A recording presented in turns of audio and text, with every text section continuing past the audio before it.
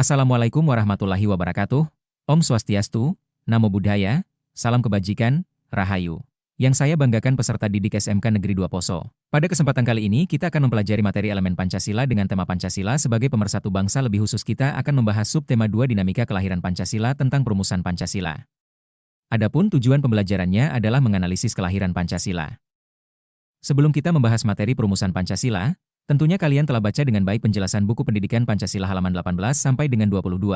Dalam aktivitas pembelajaran kali ini, kita akan mempelajari dinamika dalam perumusan Pancasila yang terjadi dalam proses sejarah kelahiran Pancasila. Dimulai dari pembentukan Panitia 8, bagaimana tugas dan peran Panitia 8 serta pembentukan dan tugas dari Panitia Kecil atau Panitia 9. Gagasan Soekarno tentang Pancasila sebagai dasar negara yang disampaikan melalui pidatonya pada tanggal 1 Juni 1945, diterima secara aklamasi oleh seluruh anggota BPUPK. Dengan demikian, setelah seluruh pembicara menyampaikan pidato-pidatonya dalam sidang pertama BPUPK, Dr. KRT Rajiman Wedyodiningrat selaku Ketua BPUPK memutuskan untuk membentuk sebuah panitia dengan tugas menyusun rumusan tentang dasar negara dengan pidato Soekarno sebagai bahan utama ditambah usul dari semua anggota BPUPK yang mengajukannya. Tugas tersebut mesti diselesaikan dan dilaporkan pada masa sidang yang kedua. Panitia tersebut terdiri atas 8 orang, maka dari itu, panitia ini dikenal juga dengan nama Panitia 8 yang terdiri atas 1. Soekarno, 2.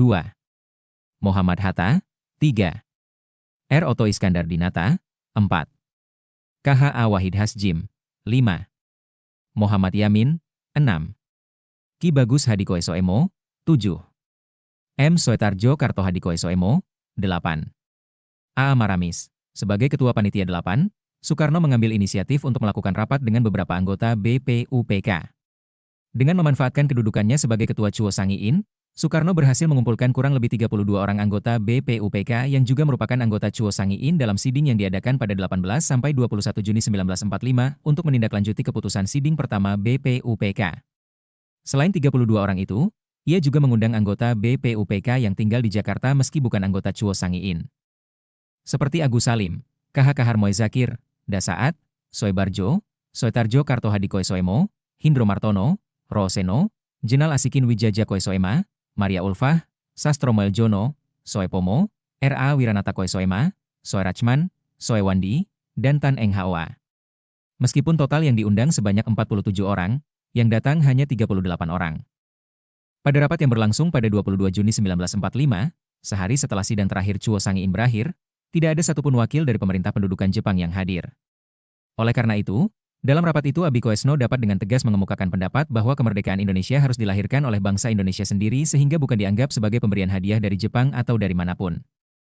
Di akhir pertemuan, Soekarno kemudian memutuskan untuk menyusun sebuah panitia kecil yang menggantikan keberadaan Panitia 8 yang dibentuk pada 1 Juni 1945 melalui sidang pertama BPUPK. Menurut Soekarno, pembentukan panitia yang bertugas menggantikan Panitia 8 bentukan BPUPK ini adalah untuk menghadirkan komposisi keanggotaan perumus dasar negara yang lebih mewakili pemikiran-pemikiran yang berkembang di antara para anggota BPUPK. Belakangan, panitia ini dikenal dengan nama Panitia 9 yang terdiri atas 1. Soekarno, sebagai Ketua, 2. Muhammad Hatta, 3. A.A. Maramis, 4. KH.A. Wahid Hasjim, 5. Muhammad Yamin, 6. Abdul Kaharmoe Zakir, 7. Haji Agus Salim, 8. Abi Koesno Cokrosoejoso, 9. Ahmad Soebarjo. Ada dugaan bahwa sebenarnya Ki Bagus Hadikoesoemo ingin dimasukkan dalam panitia kecil tersebut. Akan tetapi, karena ia terburu-buru kembali ke Yogyakarta pada tanggal 21 Juni 1945 setelah melakukan sidang Chuo Sangiin, ia tidak masuk ke dalam panitia yang dibentuk oleh Soekarno melalui rapat tersebut. Marilah bersama-sama kita menyimak dan memahami apa itu Chuo Sangiin. Chuo Sangiin adalah dewan atau badan pertimbangan pusat pada saat pendudukan Jepang di wilayah Indonesia. Ketua Chuo Sangiin adalah Soekarno yang didampingi oleh 2 orang wakil ketua, yaitu R.M.A. Koesoemo Waitojo dan Dr. Boentaran Marto Atmojo. Sepanjang sejarahnya, Chuo Sangiin melakukan sidang sebanyak 8 kali, termasuk diantaranya sidang terakhir yang diadakan pada 18-21 Juni 1945. Setelah persidangan terakhir tersebut, Chuo Sangiin tidak melakukan kegiatan-kegiatan lagi karena para anggotanya disibukkan berbagai persiapan kemerdekaan Republik Indonesia. Terlebih setelah Jepang menyerah kepada sekutu, maka Badan Penasihat Pusat atau Chuo Sangiin dibubarkan tanpa ada pernyataan resmi dari pemerintah militer Jepang. Sekarang kita lanjutkan kembali memahami Panitia 9. Segera setelah dibentuk, Panitia 9 melaksanakan pertemuan pada hari yang sama di rumah Soekarno, Jalan Pegangsaan Timur Nomor 56 Jakarta untuk membahas rumusan pembukaan Undang-Undang Dasar Negara yang di dalamnya berisikan dasar negara yang disepakati untuk diambil dari pidato Soekarno tanggal 1 Juni 1945. Terjadi perdebatan pada rapat tersebut. Sebagian dari anggota Panitia 9 menginginkan agar Islam menjadi dasar negara, sementara sebagian yang lain menolaknya. Usulan-usulan sejumlah anggota untuk menjadikan Islam sebagai dasar negara mendapatkan sanggahan dari anggota lainnya. Namun demikian, perdebatan tersebut pun berakhir dengan kesepakatan berupa rumusan sila, ketuhanan dengan kewajiban menjalankan syariat Islam bagi pemeluk-pemeluknya di dalam Pancasila.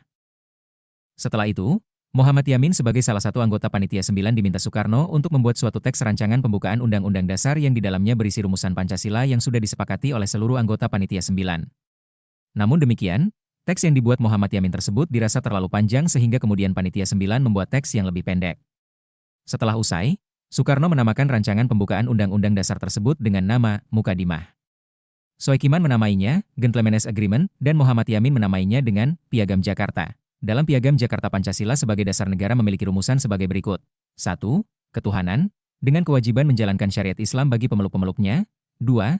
Kemanusiaan yang adil dan beradab. 3. Persatuan Indonesia. 4. Kerakyatan yang dipimpin oleh hikmat kebijaksanaan dalam permusyawaratan perwakilan. 5. Keadilan sosial bagi seluruh rakyat Indonesia.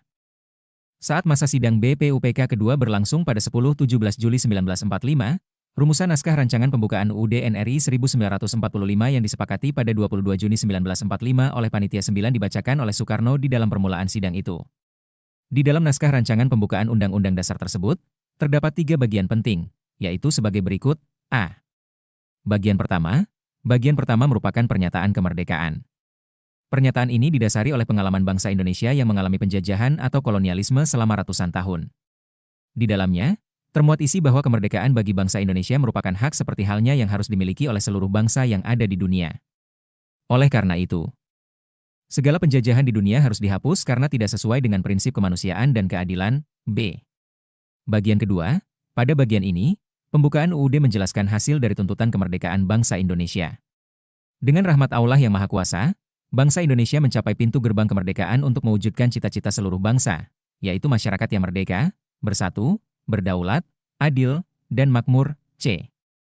Bagian ketiga, bagian ini berisi pernyataan tentang pembentukan pemerintahan negara Indonesia sebagai bagian dari Negara Kesatuan Republik Indonesia yang memiliki tugas-tugas sebagai berikut.